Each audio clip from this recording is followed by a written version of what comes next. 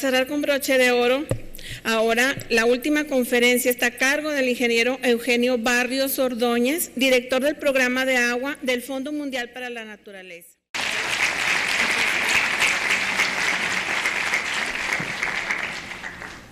Muy buenas tardes a todos. Qué bonito video, a ver si me lo pasan. Muchas gracias por el video, muchas gracias por la invitación, muchas gracias a la universidad, a sus autoridades por organizar este evento y hacernos partícipes. Ha sido una sesión extremadamente rica en esta mañana. Trataré de ponerle quizá no la cereza, pero mi granito de arena a estas exposiciones que tuvimos a lo largo del día. Mucho se ha dicho ya, algunos de los aspectos que me gustaría o que tenía pensado enfatizar se han mencionado, lo cual me parece muy, muy importante. Y quiero empezar comentándoles mi expectativa. O sea, venir aquí a hablar ante estudiantes siempre es muy inspirador, muy reconfortante. Nos rejuvenece a los que ya no somos tan jóvenes. Y yo sí tengo la expectativa de dejar sembrada algo que mencionó el doctor Limón en su presentación. Necesitamos repensar nuestra relación con la naturaleza, ¿sí? Y el agua es uno de los vehículos más importantes para hacerlo. Entonces, trataré de dejarles esta inquietud y pues vámonos hacia adelante. El valor del agua en el ambiente y cómo fortalece la gestión sustentable de este líquido. Dirán, bueno, ¿y qué rayos con las ciudades? Bueno, pues las ciudades, lo hemos visto a lo largo de las presentaciones, son un actor fundamental. En los próximos años, toda la gente va a vivir en las ciudades prácticamente, con las tendencias actuales. Y entonces las ciudades realmente son un actor fundamental en la transformación de nuestras políticas, ¿no? Como ciudadanos y como este ente, se hablaba del metabolismo urbano, ¿no? Entonces creo que las ciudades tienen un rol importantísimo en esta transformación, en repensar esta relación con la sociedad, con la naturaleza. Les platico un poco. WWF es una organización mundial de conservación, tenemos presencia en más de 100 países. Estamos reconocidos por ser una organización de la sociedad civil. Más de la mitad de los recursos a nivel global vienen de la sociedad y de ahí nuestro compromiso con la sociedad. Estamos reconocidos, se reconocen también nuestros logros en ya casi 60 años que tiene la organización. En México trabajamos desde hace 26 años. Trabajamos en México, primero porque somos mexicanos, yo soy mexicano. Segundo, porque México está entre los países más megadiversos del mundo. O sea, México es el quinto, el cuarto, el primero en reptiles y cactáceas. O sea, nosotros somos un país megadiverso. Y eso en la actualidad no es poca cosa, es una gran responsabilidad como actores globales, como ciudadanos de este gran planeta, ¿no? Entonces nosotros trabajamos aquí en México desde hace 26 años, empezamos trabajando en Oaxaca, en los bosques de Oaxaca, donde sí es un modelo comunitario de manejo de los bosques muy importante. Trabajamos en el Golfo de California. El Golfo de California es el acuario del mundo, está reconocido por ser el acuario del mundo, ¿no? Trabajamos también en el arrecife mesoamericano, el segundo arrecife más grande y más importante del mundo, ¿sí? en el Caribe mexicano. Trabajamos en la zona de Oaxaca, en el desierto chihuahuense, que es donde estamos. Estamos nosotros ubicados en el desierto chihuahuense, que es una de las 20 ecorregiones prioritarias del mundo para WWF.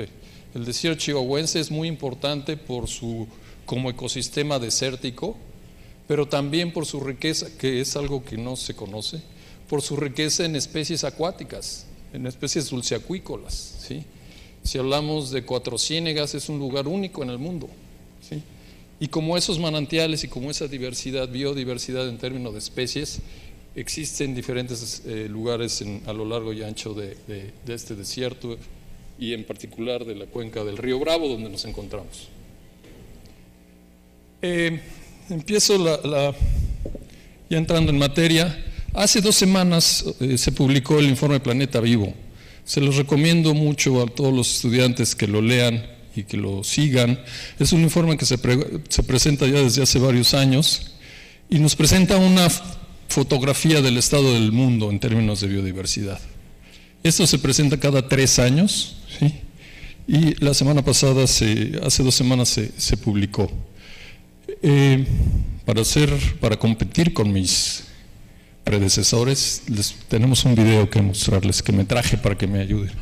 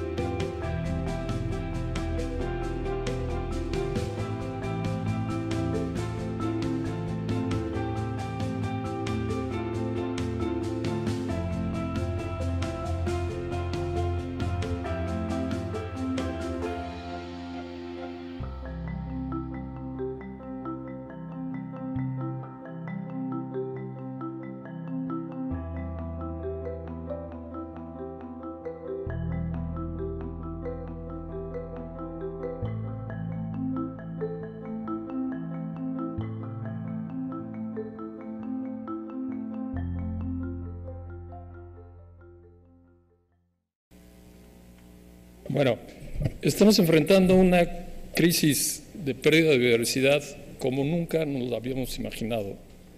Muchos los expertos la nombran la 6ª gran extinción, ¿no?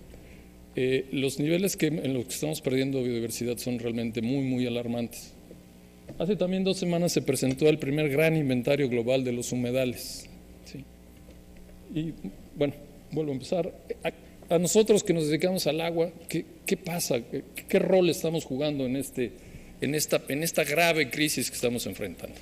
Hace 2 semanas se presentó este análisis global de los humedales del mundo y los datos son 35% de pérdida de cobertura a nivel global, pero el dato que es muy alarmante es que en Latinoamérica estamos perdiendo el 60% de los humedales, los perdimos ya, de cobertura de humedales. Los humedales están directamente relacionados con el agua, en cómo manejamos el agua, con cómo manejamos el agua y cómo entendemos el agua. Entonces en Latinoamérica estamos realmente perdiendo mucho. En términos de ecosistema, los humedales están desapareciendo 3 veces más rápido que los bosques, ¿sí? Los humedales en sí mismos son unos grandes bosques, ¿no? Entonces, necesitamos recapacitar en eso. El índice Planeta Vivo es un sistema de monitoreo para todos los interesados. Les recomiendo que lo consulten, que desde 1970 se viene monitoreando diferentes especies y entonces se ha logrado darle continuidad a esa y comparabilidad a todas esas mediciones. Les comento 2 indicadores. El índice global Planeta Vivo nos muestra esta pérdida que habla el video del 60% de la biodiversidad, ¿no? Y si nos vamos al ecosistema de agua dulce, las especies del ecosistema de agua dulce han mostrado una tasa de pérdida del 83%. ¿Sí? 83% de las especies de agua dulce han desaparecido, ¿sí? Entonces, esto está directamente relacionado con el agua, con cómo manejamos el agua y cómo nos relacionamos con el agua, ¿no? ¿Cuáles son los retos? Se ha hablado aquí de la gestión, se ha hablado de las sequías, de la eficiencia, de muchos aspectos. Definitivamente hacia adelante la expansión urbana que hemos visto y que lo vimos muy bien en la presentación del ingeniero Garza, pues es el factor que va empujando a la demanda, ¿no? La demanda de agua. Pero además hacia adelante vamos a tener una incertidumbre climática, que fue la presentación del doctor Aparicio, que también no sabemos cómo se nos va a presentar eso, ¿no? Entonces, si seguimos en tendencias de incremento de la demanda e incertidumbre climática, pues estamos en problemas, ¿no? Sin embargo, algo que reconoce el Banco Mundial y que nos da cierto respiro, es que dice que vamos a enfrentar una escasez del 40% del agua. Sin embargo, lo especifica bajo las prácticas actuales de manejo, ¿no? Si seguimos con nuestras prácticas actuales de manejo, ¿sí?, pues entonces vamos a padecer esta escasez. Entonces, pues lo único que nos queda es cambiar nuestras prácticas de manejo, ¿no? ¿Por qué? Primero por el uso del agua, pero algo que está muchísimo más allá, por ese gran impacto que estamos teniendo en términos de biodiversidad en el planeta, ¿no? ¿Qué sucede en México? Muchos de ustedes lo conocen. Esta es una información de la Comisión Nacional del Agua, donde nos muestra las regiones hidrológico-administrativas del país y nos muestra cuáles son los balances. En naranjita es lo que está más estresado. Son ya zonas que están ya fuera o alcanzando fuera de balance o llegando a condiciones críticas de balance. En el sur tenemos mucha agua y aquí, más que cuestionar si tenemos mucha o poca agua o dónde está el agua, creo que es importante empezarnos a entender con el agua que tenemos, ¿no? O sea, es muy común escuchar, bueno, ¿y por qué no traemos agua de Chiapas aquí a Monterrey, no? Pues porque no, o sea, porque los ecosistemas tienen agua porque necesitan esa cantidad de agua. El agua, en Chiapas hay muchísima agua, pero son ecosistemas que requieren muchísima agua. O sea, tenemos los grandes sistemas de humedales, los grandes ríos de las selvas tropicales, ¿no? Entonces tienen sus propios requerimientos y su propio funcionamiento que tenemos que entender e insertarnos en ese funcionamiento, como los del norte del país que tendrían otras características. ¿Qué sucede en México? ¿Cómo debemos de empezarnos a entender mejor en este ciclo hidrológico? Este es un hidrograma. El hidrograma, para los que no están familiarizados, es la forma de representar los escurrimientos, cuánto el agua que escurre en un caudal en un río, también podría ser precipitación en el tiempo, ¿no? Entonces, generalmente lo que tenemos nosotros es pues años muy lluviosos y años muy secos, ¿no? Ya también algo se ha manejado de esto. Como hemos manejado el agua en México, la hemos manejado, el criterio de gestión de los recursos hídricos en México se basa para distribuirnos, para ver cómo nos repartimos el agua en el escurrimiento medio anual, ¿sí? Pero en el 100% del escurrimiento medio anual, ¿sí? Entonces, ¿qué pasa cuando nosotros nos repartimos el 100% del agua? Pues que hay años que no va a haber para todos, ¿sí? Entonces, los que tienen hay más agua de papel que lo que hay en la realidad en ciertos años. Entonces se tienen que entrar en procesos de gestión, de ajuste, y cuando la gestión es débil o la gestión no es lo suficientemente sólida, pues tienden a perder las gentes de menos poder o los grupos de menos poder. Entonces cuando empiezan a haber conflictos, ¿sí? Entonces esto es como sucede la gestión en México actualmente, y por supuesto la consideración del ambiente hasta hace poco, pues no está considerado, aquí no está el ambiente, ¿no? Entonces estamos en una gestión yo la denomino una gestión del conflicto, ¿sí? Porque no estamos entendiendo cómo sucede el ciclo hidrológico y nuestras instituciones y nuestra gestión no está diseñada para esa flexibilidad, para adaptarnos a esa flexibilidad y esa variabilidad, ¿no?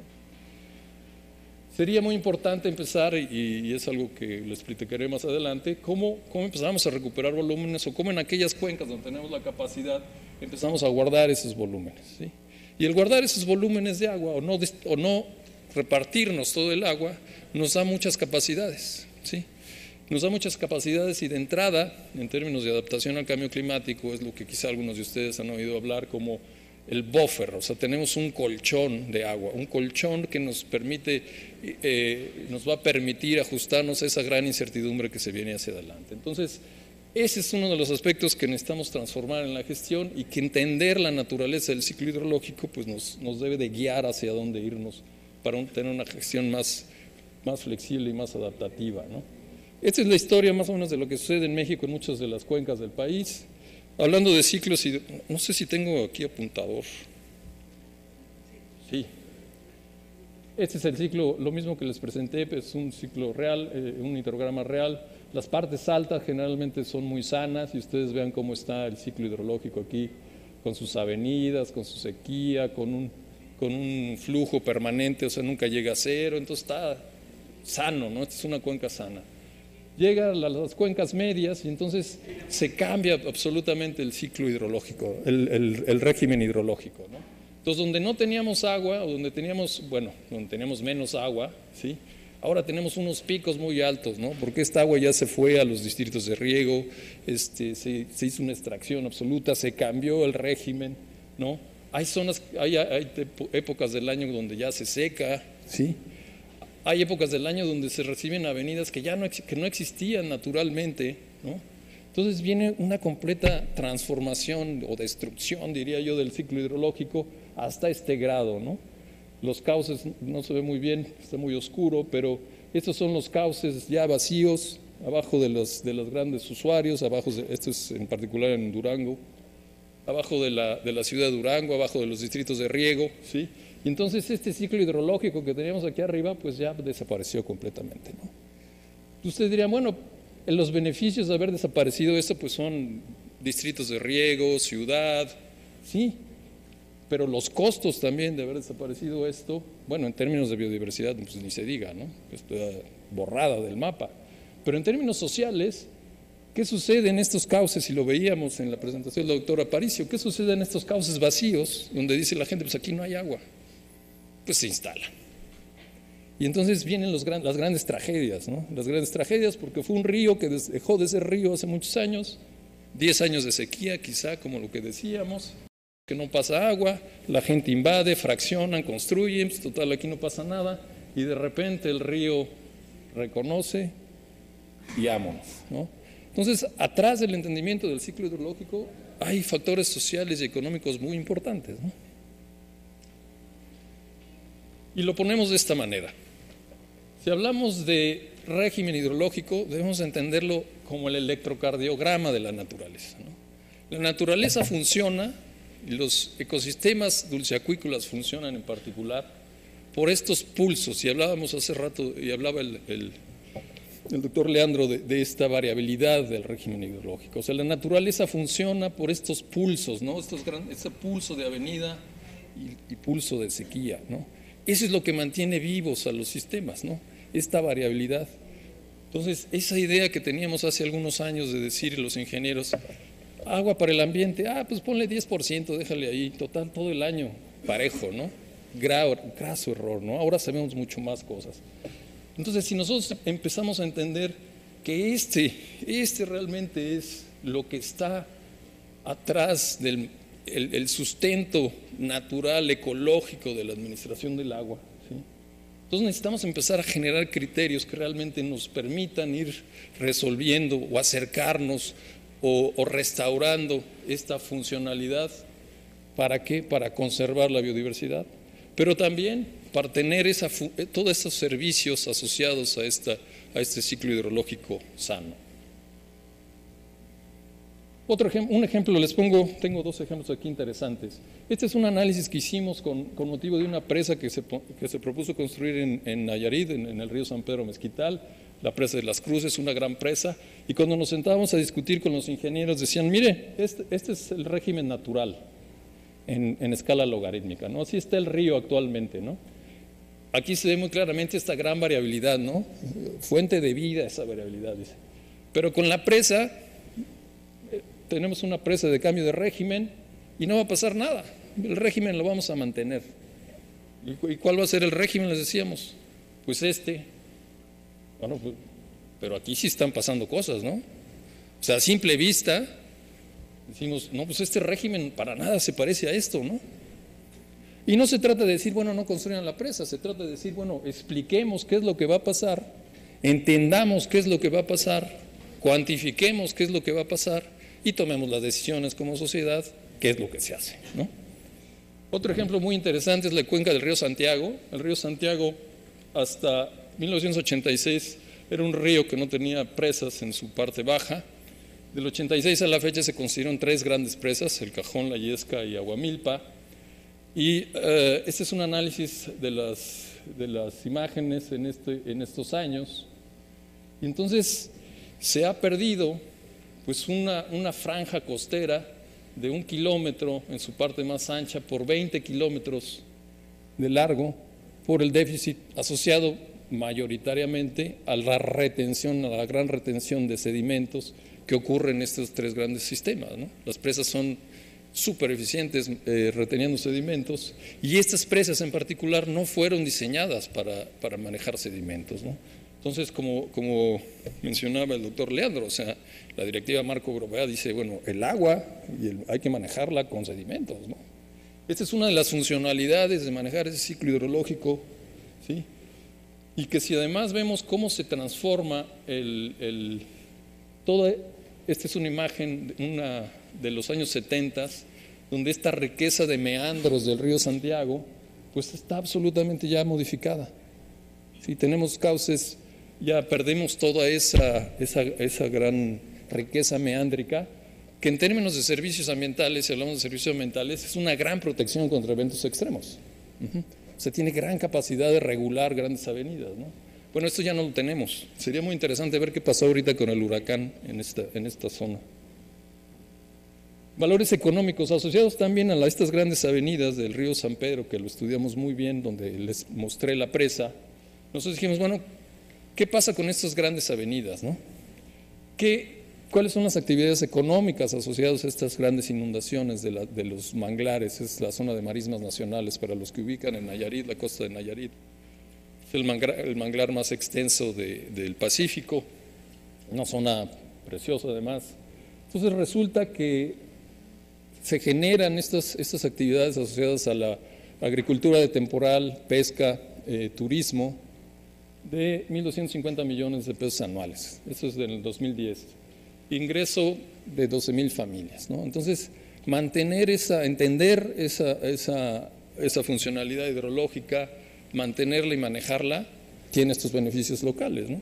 Sería el equivalente a tener que generar, si alteramos eso y lo modificamos, pues sería el equivalente a tener que llevar allá, pues, ¿qué les gusta? ¿Cómo le damos empleo a 12,000 familias? Entonces hay una serie de servicios, valores, riqueza alrededor del entendimiento del ciclo hidrológico, del régimen hidrológico, que tiene que internalizarse en la gestión del agua para que realmente empecemos a manejar ese gran impacto y a pagar ese gran pasivo en términos de impacto que hemos tenido, ¿no? ¿Qué hemos hecho nosotros como organización aquí en México? Nosotros estamos trabajando en este tema desde hace varios años, 2014. En aquel entonces creamos una alianza con la Fundación Gonzalo Río Arronte. Ha sido algo muy, muy interesante, porque el aporte de recursos de las fundaciones a la gestión del agua, al ámbito del agua, ha generado nuevos actores que antes no estaban. Y a partir de ese año, lo que nosotros establecimos esa alianza con el objetivo de crear, así le nombramos, nuevos modelos de manejo del agua en México. Y nuestro enfoque de nuevos modelos fue decir, bueno, ¿cómo le hacemos para asignarle agua al ambiente? ¿Cómo protegemos esa funcionalidad del régimen hidrológico? Entonces empezamos a trabajar en ese tema, tomamos 3 cuenquitas, bueno, no, algunas chiquitas, otras grandotas, y entonces empezamos a ver en esas 3 cuencas de qué se trataba, aprender. Son nuestros 3 grandes laboratorios para ver de qué se trataba todo esto, ¿no? Ya que tuvimos desarrollado eso, la experiencia, desarrollamos este análisis todo esto lo hemos trabajado con la Comisión Nacional del Agua desde sus inicios. Este análisis lo desarrollamos en 2011, por ahí, y dijimos, bueno, siempre que hablamos de México se dice que no hay agua, ¿no? México no hay agua. Bueno, vamos a ver dónde sí está el agua, ¿no? Entonces identificamos todas las cuencas que tienen suficiente agua, muy baja presión por el recurso, o sea, poco uso, y gran importancia ecológica, ¿sí? Donde hay áreas naturales protegidas, donde está nuestra gran biodiversidad en México. Entonces identificamos una serie de cuencas, 189 en el país, 189 de 750, que tenían estas características, y dijimos, bueno, vamos a protegerlas, vamos a proteger estas cuencas. ¿Cómo las protegemos? Pues entonces desarrollamos también, acompañamos el desarrollo de toda la norma mexicana de caudal ecológico. Y este es un gran instrumento, los invito mucho a que lo conozcan. es un instrumento que a nivel internacional ha sido muy bien recibido, porque las discusiones de caudal ecológico durante muchos años y en muchas partes del mundo se siguen teniendo en el ámbito científico, ¿sí? Entonces, cuando tú le preguntas a un científico, sin agravar a los científicos, sin atacar a los científicos, ¿cómo le hacemos para determinar el caudal ecológico? Te dicen, no, bueno, pues sabes que hay 300 metodologías. Bueno, y entonces, ¿cómo le hago? Pues vamos probándolas todas, ¿no? No, pues no. No podemos, ¿no? El país no puede probar todas, ¿no? Y necesitamos hacerlo rápido porque día con día nos estamos quedando sin agua, ¿no? Entonces, lo que hicimos en la norma de caudal ecológico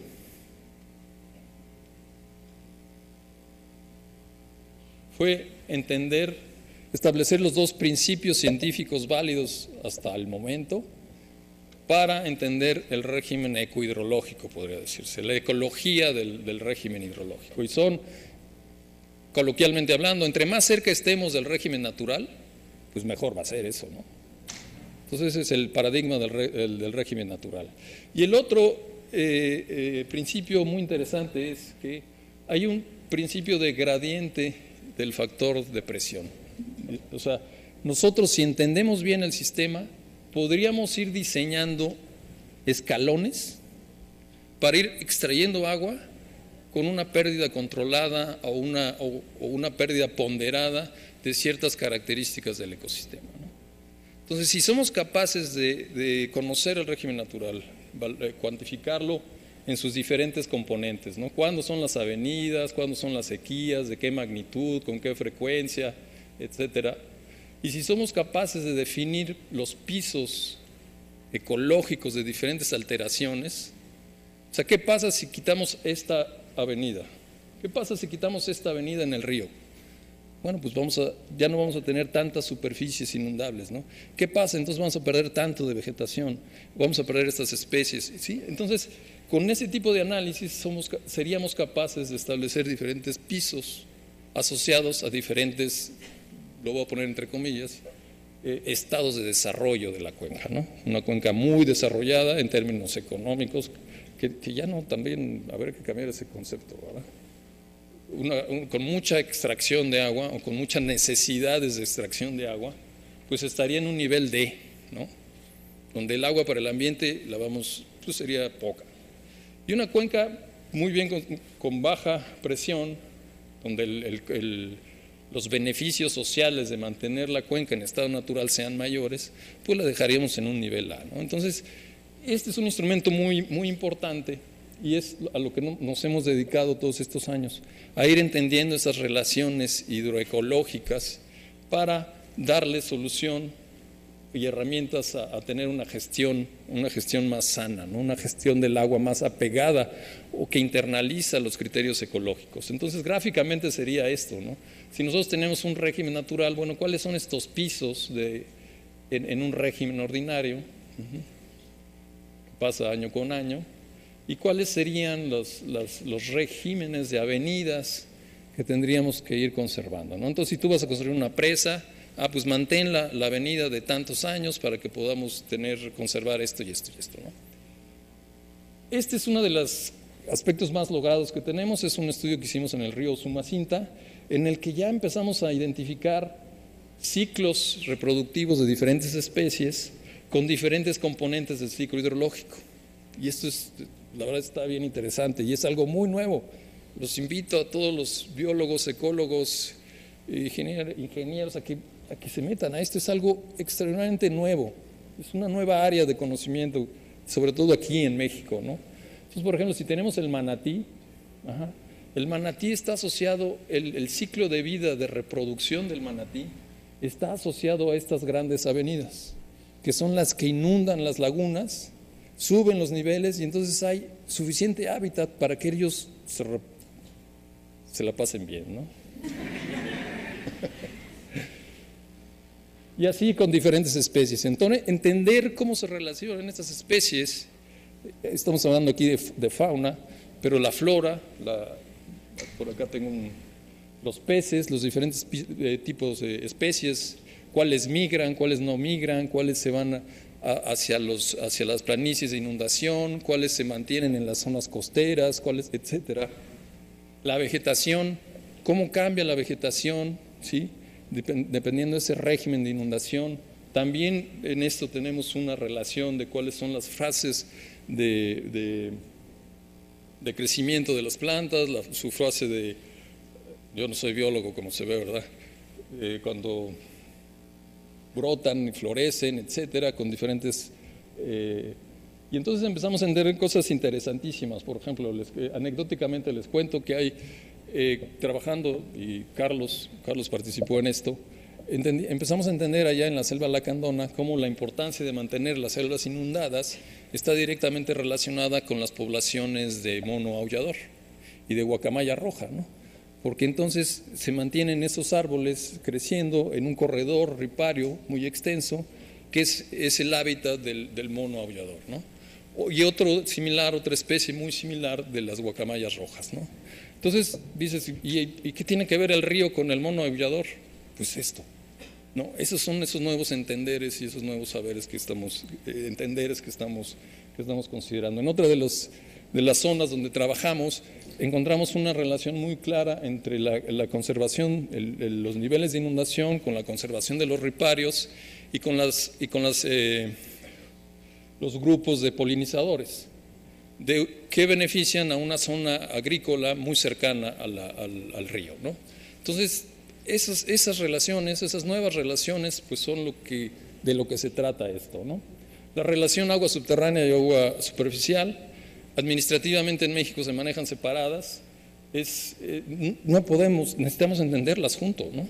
O sea, los humedales es esa gran manifestación superficial de las aguas subterráneas, ¿no? Entonces, cuando un acuífero se pierde, cuando un humedal se empieza a secar, y aquí tenemos el buen ejemplo de Doñana en España, cuando un acuífero se empieza a secar, no es por arte de magia, es por arte de la extracción que se está dando en algún lugar de la cuenca, ¿no? Entonces, podemos tener alertas tempranas, y es un poco lo que hablábamos ahorita en el receso, alertas tempranas que nos empiezan a decir, abusados, algo está pasando aquí con la hidrología de este lugar que nos va a afectar. Este es un caso muy bonito que hicimos también en la laguna de Catazajá, en la parte baja de la Cantún, donde con imágenes de satélite, son estos relativamente sencillos, análisis sencillos, con imágenes de satélite logramos sacar las superficies de inundación asociadas a diferentes avenidas, a diferentes magnitudes de avenidas, ¿no? Entonces logramos hacer una clasificación de los tipos de humedales, ¿no? ¿Qué humedal permanece todos los años? ¿Qué humedal permanece en las épocas estacionales? Y los temporales, los que solamente con avenidas muy, muy grandes el agua los inunda. Y entonces todo esto, pues finalmente es un gran ecosistema que tiene diferentes respuestas y diferentes especies y todo un entramado que responde a ese régimen hidrológico y que aquí tiene una relación directa con el territorio, ¿no? Que es otro de las grandes oportunidades que tenemos. ¿Cómo empezamos a manejar el agua? La gestión, ¿cómo integramos de mejor manera la gestión del agua y el territorio, ¿no? ¿Cómo podemos realmente, bueno, es un tema que no lo tocaré, pero bueno, ese es el tipo de análisis que nos llevan a entender de este tipo, ¿no? Nosotros pudimos relacionar en este caso el caudal asociado a periodos de retorno, o sea, esas avenidas que les hablaba, con superficies de inundación. Y entonces ese es un gran elemento de toma de decisiones, ¿no? Si vamos nosotros a alterar el caudal, pues entonces tenemos cuantificada cuánta superficie vamos a perder y de qué tipo de humedales los vamos a perder. Ajá. Y entonces eso nos da elementos primero para decidir si sí o si no. Y una vez que decidamos si sí, bueno, ¿cómo vamos a restaurarlos? ¿Dónde vamos a ganar? ¿Cómo vamos a hacer la palabra? Bueno, la compensación de esa pérdida, ¿no? El aspecto social. En todas estas actividades hemos involucrado a comunidades, a gente de los lugares que conocen muy bien la región. Entonces, en una de las cuencas en particular, Copalita, en Oaxaca, en realidad casi no había información. O sea, es una cuenca muy poco desarrollada, no había información. Entonces, lo que empezamos a hacer es, siguiendo este mismo metodología o aproximación. Trabajamos con las comunidades, las sumamos a los equipos, hicimos equipos de trabajo con ellos y entonces ellos nos empezaron a decir, ¿sabes qué? Aquí hay este tipo de especie, aquí hay nutria y la nutria se sube en esta piedrita cada vez que llueve y aquí hay este tipo de langostino que migra y que lo pescamos hasta allá. Entonces, integrando el saber local, ¿sí? Nos fue posible también plantear una propuesta, ¿no? Que finalmente nos permitió avanzar en esta propuesta, en cómo determinar esos caudales ecológicos, ¿no? Bueno, con todas estas historias, estas anécdotas,